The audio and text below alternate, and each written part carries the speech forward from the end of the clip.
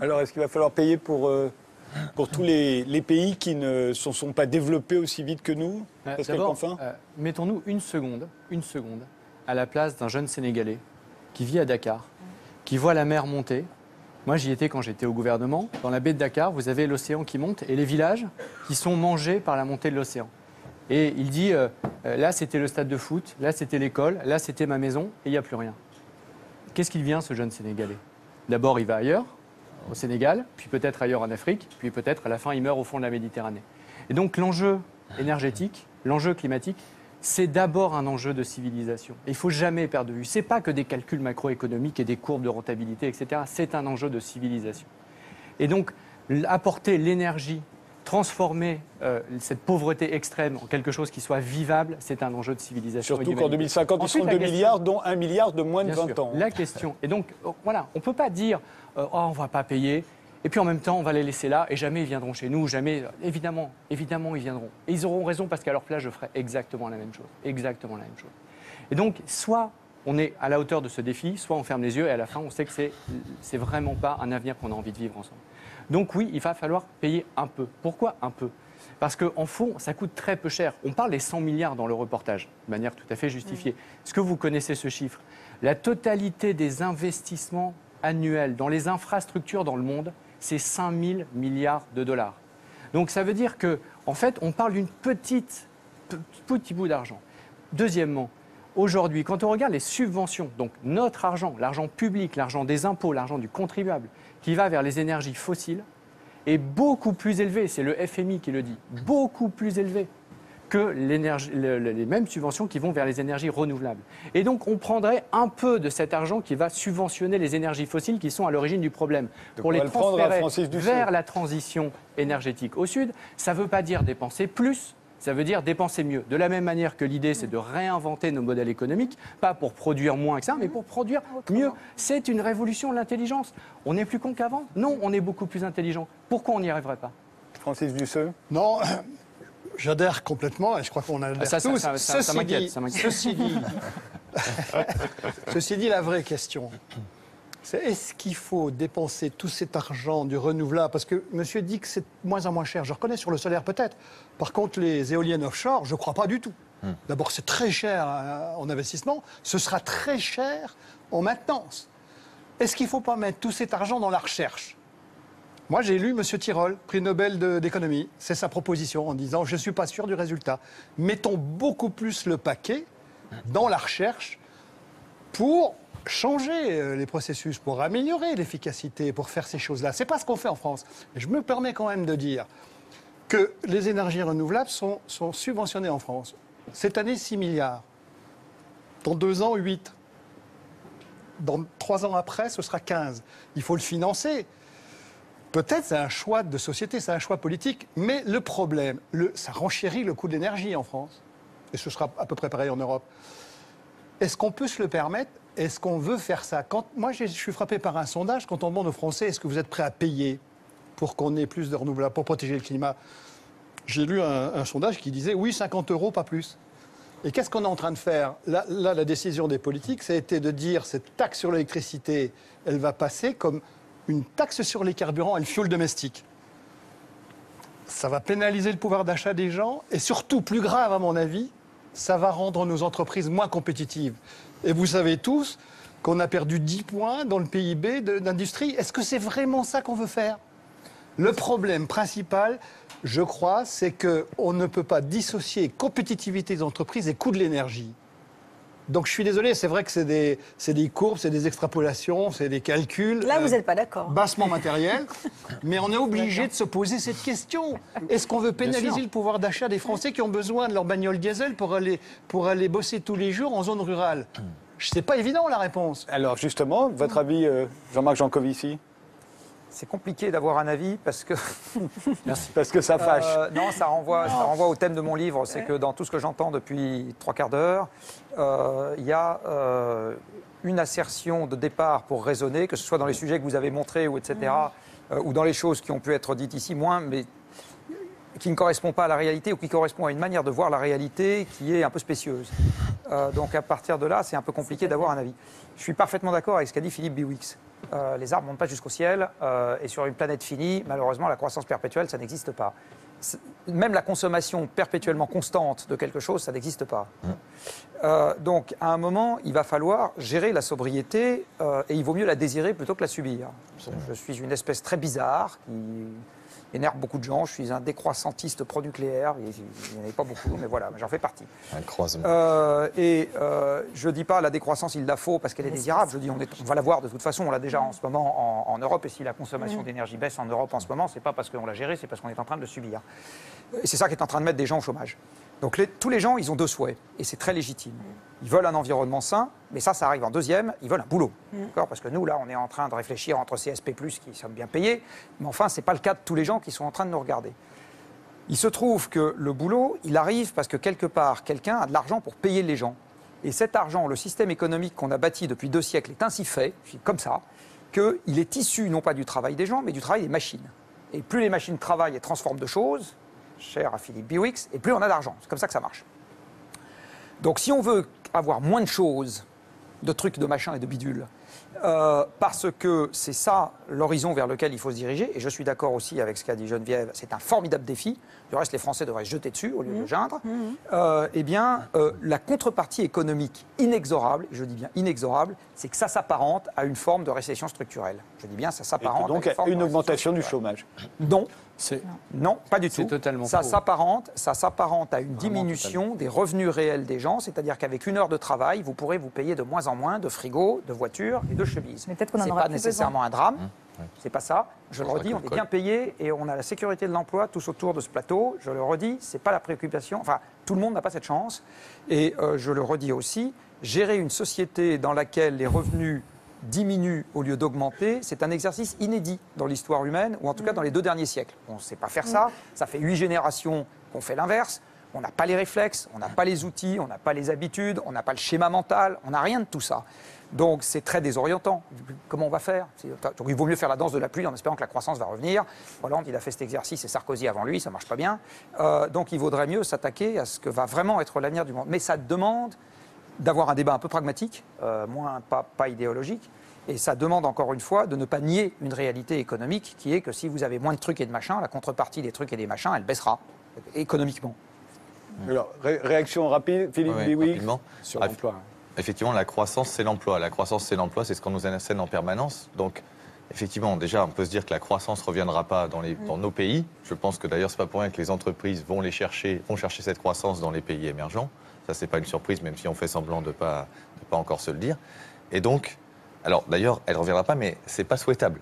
Ce n'est pas souhaitable parce qu'on ne sait pas décorréler la consommation d'énergie, l'émission de gaz à effet de serre, etc. On sait faire les économistes appellent un découplage relatif, mais on ne sait pas faire un découplage absolu, c'est-à-dire ça monte comme ça, et puis la pollution... Donc s'il y a de la croissance économique, il y a augmentation de la consommation d'énergie, donc il y a... améliorer l'efficacité, mais on n'arrivera pas à décroître les gaz à effet de serre. Exactement. Alors, du coup, qu'est-ce qu'on fait? La croissance ne va pas revenir, et de toute façon, si elle revenait, ce n'est pas souhaitable. Alors on reste avec effectivement 5 millions de personnes qui ne travaillent pas ou qui n'ont pas assez de travail, qui sont en temps partiel subi.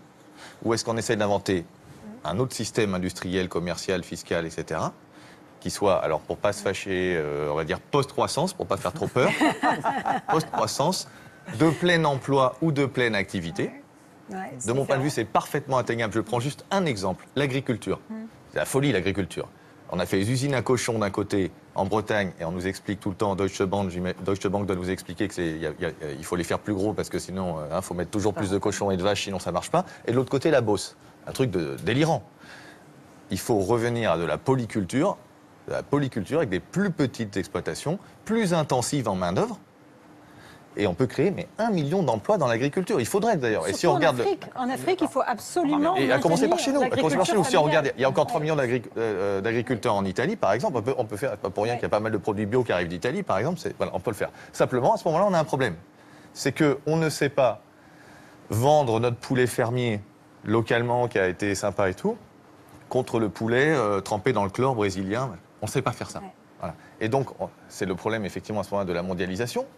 Le fait que le premier qui bouge, on pourrait faire une transition, on a tous les moyens. On peut démécaniser des choses au lieu d'avoir remplacé le personnel à la poste par des machines et des écrans, on a l'impression de ne plus faire la queue, parce que les plus anciens, vous vous rappelez, peut-être on faisait la queue à la poste.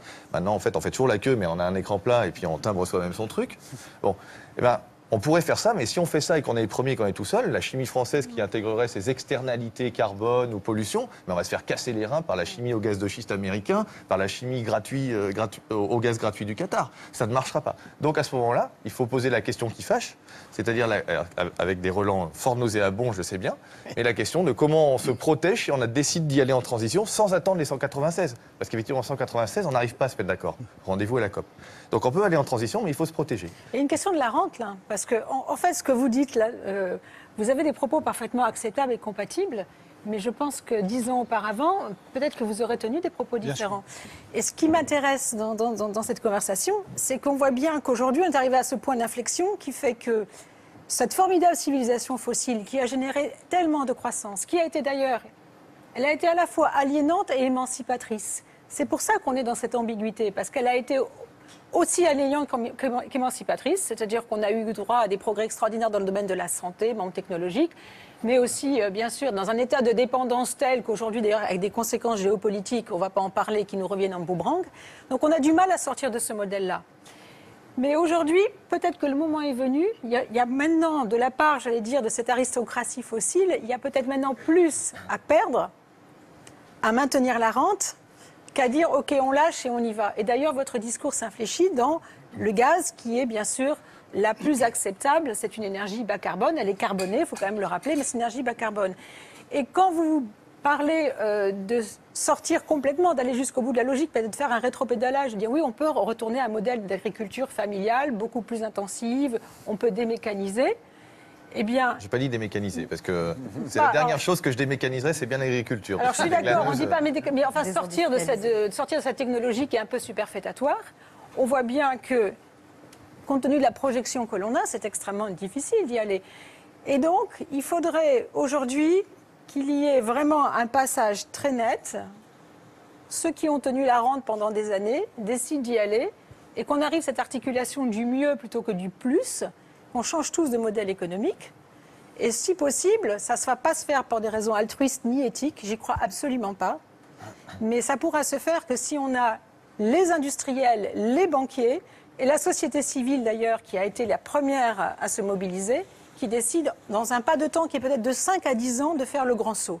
Sinon, s'il y a des forces qui résistent, il y en a d'autres qui proposent des modèles alternatifs, et si le gouvernement, enfin les gouvernements restent complètement immobiles et tétanisés, on va perdre un temps pas possible, parce qu'il y a quand même un changement climatique qui est en train de se faire, il ne faut pas oublier. Donc on ne va pas envoyer des fleurs pendant 6 mois en attendant que les gens changent d'avis et se décident à faire le saut. Sachant qu'il y a une dernière question que je vais vous poser, et vous aurez chacun 1 minute pour y répondre, c'est est-ce qu'il y aura assez d'énergie pour tout le monde? Parce qu'on l'a dit, on sera 9 milliards a priori en 2050, il y aura 2 milliards d'Africains, 3 milliards de Chinois et d'Indiens qui tous voudront consommer, utiliser autant d'énergie, alors peut-être pas que les Américains, mais que nous, probablement. Et est-ce qu'il y en aura assez pour tout le monde? Est-ce qu'on ne va pas se battre comme dans Mad Max? Mad Max, ça fait 30 ans qu'on va voir Mad Max au cinéma et que Mad Max nous montre un monde post-énergétique, un monde où il n'y a plus d'énergie. Oui, Alix, qui est celle qu'on a le moins entendue. C'est une longue journée dans les négociations. C'est la seule qui travaille. Non, vous travaillez tous, mais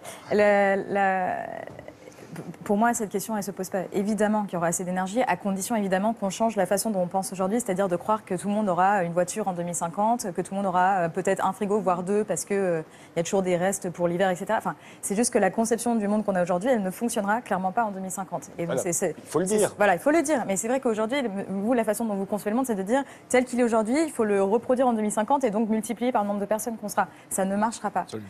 En revanche, la chose dont on n'a pas du tout parlé pendant tout ce débat, c'est le fait qu'aujourd'hui, on est déjà à quasiment 1 degré de réchauffement, que bientôt, on va être sur 3 degrés de réchauffement, parce que les États, la façon dont ils se sont engagés aujourd'hui, ça ne nous place pas du tout dans une trajectoire de réchauffement qui est acceptable. Et en plus, quand je dis acceptable, c'est politiquement acceptable. Parce qu'à partir de 1,5 degré, il y a des îles qui ne vont pas survivre. Et que même avec moins d'1 degré de réchauffement, on voit les impacts partout. Donc il y a aussi cette question-là avant tout, c'est-à-dire que pour rester dans le budget carbone qui nous est alloué, si on veut respecter nos objectifs de lutte contre le changement climatique, on doit laisser 80% des énergies fossiles dans le sol. Déjà, on est très très loin de le faire. Ensuite se pose la question des énergies de transition, mais à condition que ça reste des énergies de transition. Et le problème du lobby gazier aujourd'hui, c'est qu'il n'a pas l'intention de le faire sur peut-être 10 ou 20 ans. C'est d'en faire l'énergie pour le long terme, le charbon propre. Enfin, tout ça, c'est en train de prendre toute la place, tout notre espace mental, au lieu de penser à justement qu'est-ce qui vient après, c'est-à-dire un mix d'énergie renouvelable et de sobriété énergétique et de juste réfléchir le monde différemment. Et aujourd'hui, ça se voit dans la négociation. On freine la transition, on met en place plein de fausses solutions, on nous parle de biocarburants. Enfin bon, bref. Tout ça, ça m'énerve, en fait, ça me frustre. Pourquoi tu me regardes? Tu es mon allié, Pascal. Alors, Pascal Canfin. Moi, je voudrais revenir sur la question de l'emploi et citer une étude récente de l'Organisation internationale du travail. Ce qui est intéressant avec l'Organisation internationale du travail, c'est que c'est à parité entre les syndicats et les employeurs.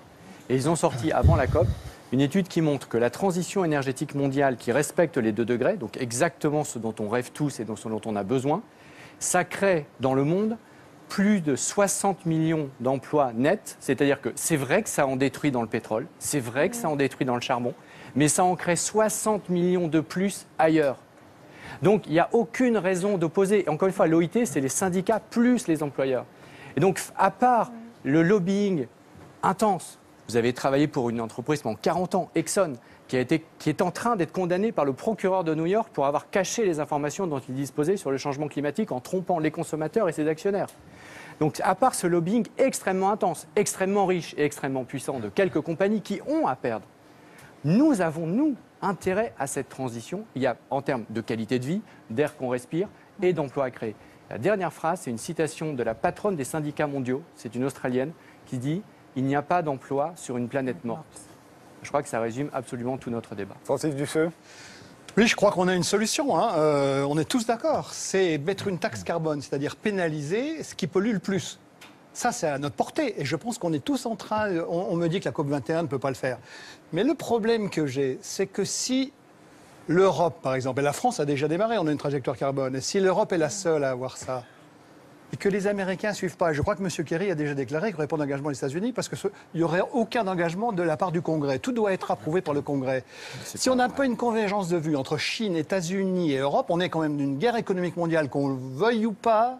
Je ne pense pas qu'on va revenir du tourisme vert en France. Il faut qu'on fasse tourner des usines. C'est une condition pour limiter le chômage.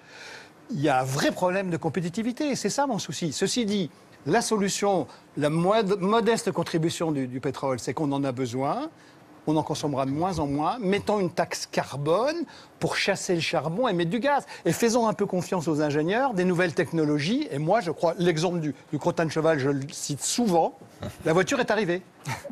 Je pense qu'on est loin de savoir ce qui va devenir l'hydrogène, le stockage d'électricité, la capture, ce qu'on parle, la technologie où on capturerait le CO2. Ben, les gens y travaillent. La destruction chimique du CO2, par exemple. Il y a des gens qui travaillent. C'est peut-être pas gratuit, mais si on mettait le paquet, au lieu de se précipiter à mettre des éoliennes offshore, si on mettait beaucoup plus d'argent dans la recherche, tous, les Américains, les Russes, les Chinois, nous, peut-être on accélérerait les processus de diversification. Alors c'est vrai qu'en 1900, on ne savait pas qu'on allait éliminer le crottin de cheval des rues de Paris. Alors, je vous propose de regarder ce que pourrait devenir Paris en 2050 grâce à Vincent Calbeau qui va venir nous rejoindre. Venez vous asseoir, vous allez